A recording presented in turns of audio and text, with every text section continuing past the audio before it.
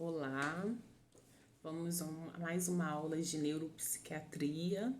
Falaremos hoje de uma patologia chamada esclerose múltipla. Essa patologia ela ficou até um pouco mais popular, né, mais conhecida, porque uma atriz chamada Cláudia Rodrigues, que trabalhou até no Sai de Baixo, como acho que a diarista, alguma coisa assim, e ela desenvolveu a esclerose múltipla, né, aos 40 anos e ela vem aí há alguns anos lutando contra a doença. A esclerose múltipla ela é uma doença neurológica, crônica, progressiva e autoimune, né? O corpo ele reage contra as células saudáveis do próprio corpo, tá? O que acontece, né? Nós temos o neurônio. O neurônio, ele tem o seu prolongamento que se chama axônio, né? Então, você tem a célula do neurônio, você tem o axônio, que é como se fosse um rabinho do neurônio. Ao redor desse axônio, nós temos a bainha de mielina. A bainha de mielina, ela fica ao redor de todo o axônio e ela faz o quê? Além de proteger, né, essa terminação nervosa, ela permite que os impulsos nervosos deste neurônio entrem em contato com os impulsos nervosos de um outro neurônio. Então é uma cadeia, né? Então, por exemplo, imagina que esse dedo aqui seja um neurônio, né? A cabeça do neurônio, que consiste no núcleo, né? Aí o corpo e na terminação nervosa você tem os dendritos. E aqui você tem um outro neurônio. Essa comunicação de um neurônio com o outro, ela acontece por conta dessa bainha de mielina. É a bainha de mielina que transmite esses impulsos. E o paciente que tem esclerose múltipla, o que acontece? As células, né, do organismo do paciente, né, as células de ataque, de defesa, elas irão justamente atacar a bainha de mielina. Elas vão destruindo a bainha de mielina.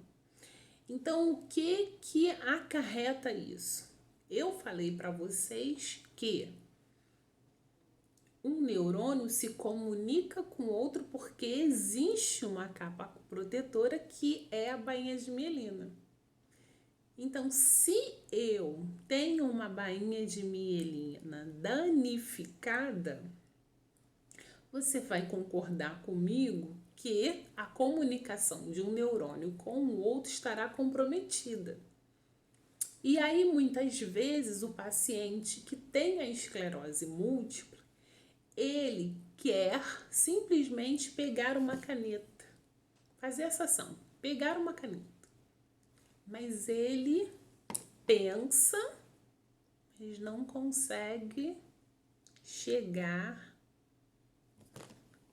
até pegar a caneta.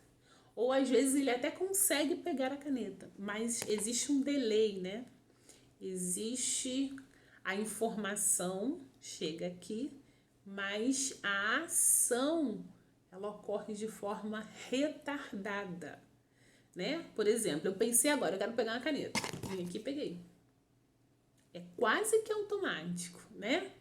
Por exemplo, se eu tô lá ligando lá o meu fogão, porque eu vou fazer uma comida e de repente eu esqueço não, de repente eu me queimo na panela. O que eu faço? Rapidamente eu tiro.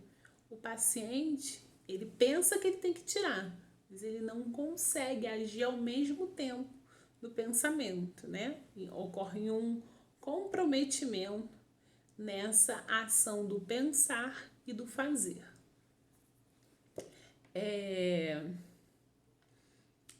Essa doença, ela tende a se manifestar numa faixa etária entre 20 e 40 anos, tá? É uma doença que se manifesta mais em mulheres do que em homens e mais em mulheres de raça branca do que em raça negra. Por que a pessoa manifesta esclerose múltipla? O que causa essa doença? Como eu falei para vocês, ela é uma doença autoimune. Então, o próprio corpo do indivíduo começa a produzir aí células de defesa para atacar essas células saudáveis. Especificamente, a bainha de mielina que está ao redor dos neurônios. Mas o que acontece? Os estudos apontam para infecções podem desenvolver a doença da esclerose múltipla. É claro que o paciente já tem que ter uma predisposição genética e então ele acaba, através de infecções, ele acaba desenvolvendo. Quais são as infecções? Não se sabe. Mas uma pessoa que tem muitas infecções no organismo, ela pode apresentar algum tipo de doença autoimune, né? Um outro fator, exposições aí, de repente, a radiações, a uma má alimentação, a uma vida muito estressante. Então, isso também pode contribuir para o desenvolvimento da doença. Mas o que se sabe é que é uma doença autoimune de causa desconhecida. Às vezes a pessoa tem uma ótima qualidade de vida, se alimenta super bem. Se ela tiver uma predisposição genética, ela vai desenvolver a esclerose múltipla, tá? Vamos lá, deixa eu ver aqui. Eu fiz um esqueminha. Já falei para vocês das causas, né? Bom, vamos lá, os sintomas. Os sintomas, eles são inúmeros. O que muitas vezes acontece é que o paciente ele apresenta um sintoma, dentro de algumas semanas esse sintoma desaparece, então ele não procura o médico e vão passando meses e meses, quando vê, já está com a esclerose múltipla bem avançada, né? Os sintomas mais comuns são os sintomas sensitivos e motores. Porque um paciente que perde a bainha de mielina, por exemplo, ele tem dificuldade de sentir quando está quente, quando está frio, se estão beliscando, se estão apertando. Ele perde a sensibilidade, por exemplo. E ele tem essa dificuldade motora, né? Por quê? Porque ele quer andar, mas o pensamento não acompanha o restante do corpo, né? Por exemplo, eu falo, vou levantar agora da cadeira, levanto. Então, meu cérebro manda informação para o meu corpo, através das células nervosas, de que eu quero levantar. E o paciente que tem esclerose múltipla, ele tem essa dificuldade, né? Ele tem essa deficiência. O paciente tem muito tremor, né? Alguns parecem até que tem Parkinson, mas não, apresenta muito tremor, tá? O paciente ele pode apresentar distúrbios oftalmológicos, visão dupla ou desvio do globo ocular, né? Muita fraqueza, muito cansaço, porque ele faz um esforço muito grande para realizar qualquer tipo de atividade. dificuldade de escrever, dificuldade para deambular, dificuldade para correr. E aí muitas vezes dificuldade até para falar, tanto que essa atriz ela tem a fala arrastada, né? Mas isso por quê? Porque quando você pensa que eu vou falar tal coisa, automaticamente, né, o cérebro manda a informação e eu falo. Mas o que acontece? Quando o paciente tem a esclerose múltipla, ele pensa e a informação até chegar aqui leva um tempo, tá? Disfunção sexual, né? Ele perde completamente o libido. Disfunção do intestino e da bexiga. Porque a bexiga, por exemplo, né? Ela tem um esfíncter. Então, quando a gente vai fazer xixi, a gente senta no vaso, relaxa e libera esse esfíncter. Esse esfíncter, ele é controlado por células do sistema nervoso. Né? Ali ao redor daquele esfíncter você tem células do sistema nervoso. Então, quando o paciente com esclerose múltipla, ele tem já esse comprometimento ali no esfíncter, então ele não consegue segurar o xixi, muito menos o cocô, porque no ânus também tem. Ocorre uma diminuição cognitiva, né? O paciente, ele tem dificuldade, às vezes, de raciocínio lógico, né? De falar alguma coisa.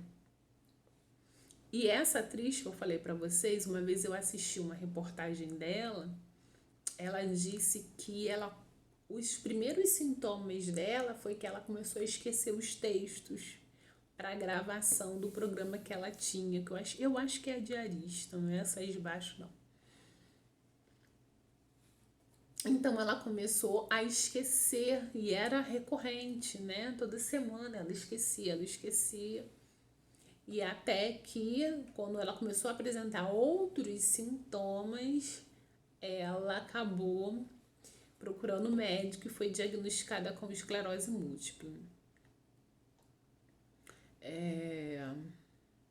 Esses sintomas, eles podem variar de pessoa para pessoa e podem mudar de intensidade de acordo com a evolução da doença, tá?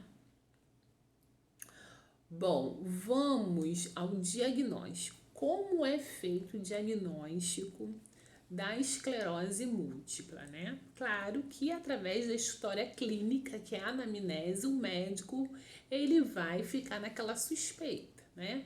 Ele não vai achar que o paciente tá aí com uma crise de epilepsia, não, né? Pela história que o paciente vem relatando, ele já vai desconfiar. Ele vai solicitar uma ressonância magnética do cérebro do paciente. Por quê? A ressonância magnética, normalmente, ela é feita com contraste, né? E quando o paciente ele tem a esclerose múltipla, ele apresenta um processo inflamatório ao redor das células do sistema nervoso. E com isso, as células inflamadas, elas captam muito contraste. E aí o médico já vai desconfiar que ali tem um processo inflamatório, né? E que esse processo inflamatório pode ser uma esclerose múltipla. E aonde nós temos mais células do sistema nervoso é justamente no cérebro. Então ele pede essa ressonância para fazer essa avaliação, tá?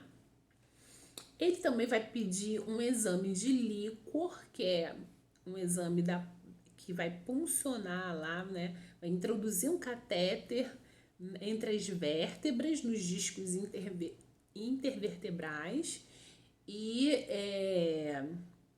ele vai colher esse líquor para análise, né?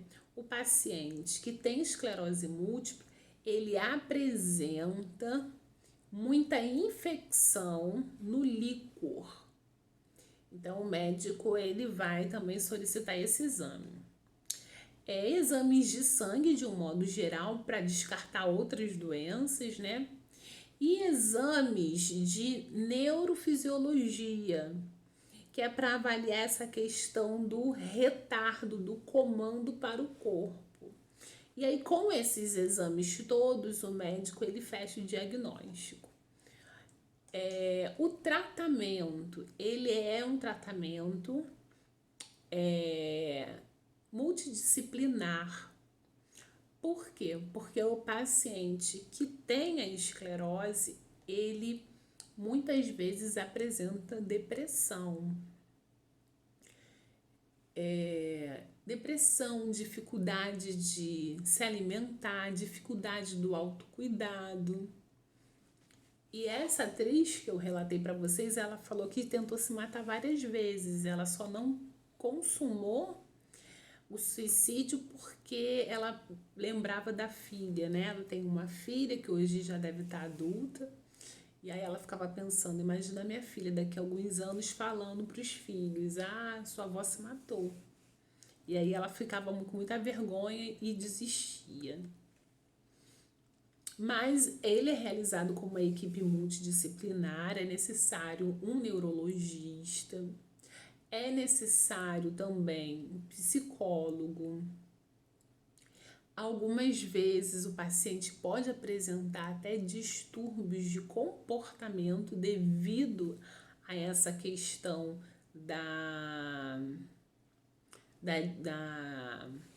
do ataque, né, das células à bainha de mielina. Então, o neurologista ele pode pedir uma avaliação psiquiátrica ou então ele mesmo pode até passar uma medicação para o paciente. A equipe de enfermagem ela é fundamental para o paciente que tem esclerose múltipla, né?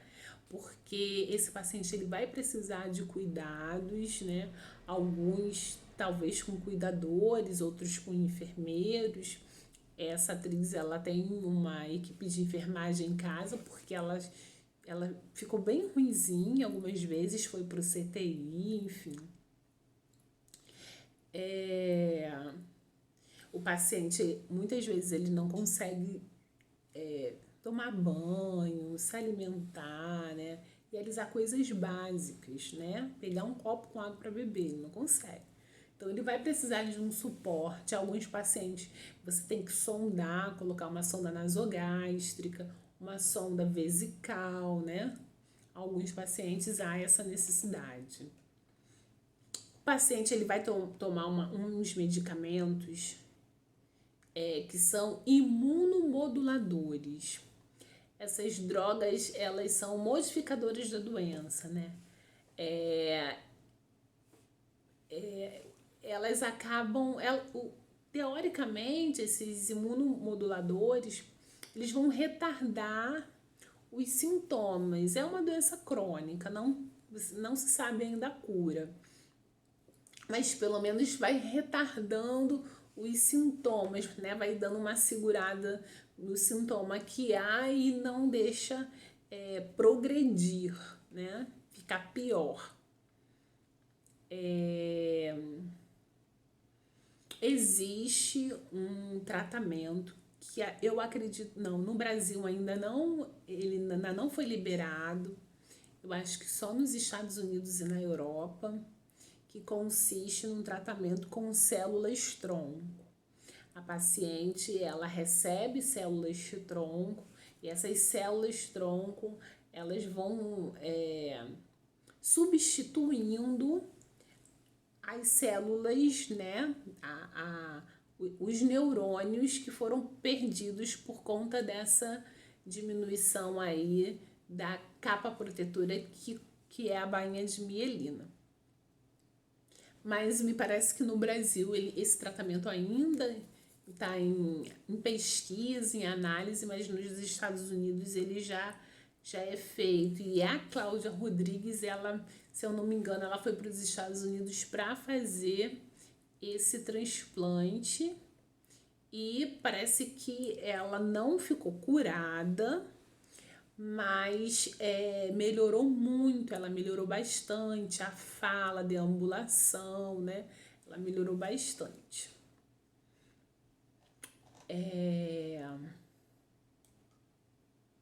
Bom, de um modo geral, como eu falei para vocês, os cuidados de enfermagem é estimular o autocuidado do paciente. Esse paciente vai precisar de alguém para acompanhar ele, para dar banho, para alimentação. Em alguns casos, esse paciente vai fazer uso de sonda. Se o paciente ficar acamado, a gente tem que ter aquela questão da mudança de decúbito a cada 2 horas, isso é muito importante. Avaliar essa questão da depressão do paciente, da mudança do comportamento, aumentar a ingestão hídrica, porque às vezes o paciente até esquece que ele tem que beber água. É muito importante, isso não é do cuidado de enfermagem, isso é do tratamento. Isso já foi comprovado cientificamente, que a diminuição da vitamina D contribui para o desenvolvimento de doenças autoimunes, principalmente da esclerose múltipla. Então, claro que o paciente tem que ter uma predisposição, né? Ele já tem que ter ali, na questão genética dele, já propício para o desenvolvimento da esclerose, e a deficiência da vitamina D, ela contribui, tá? Então, de esclerose múltipla é só isso, gente.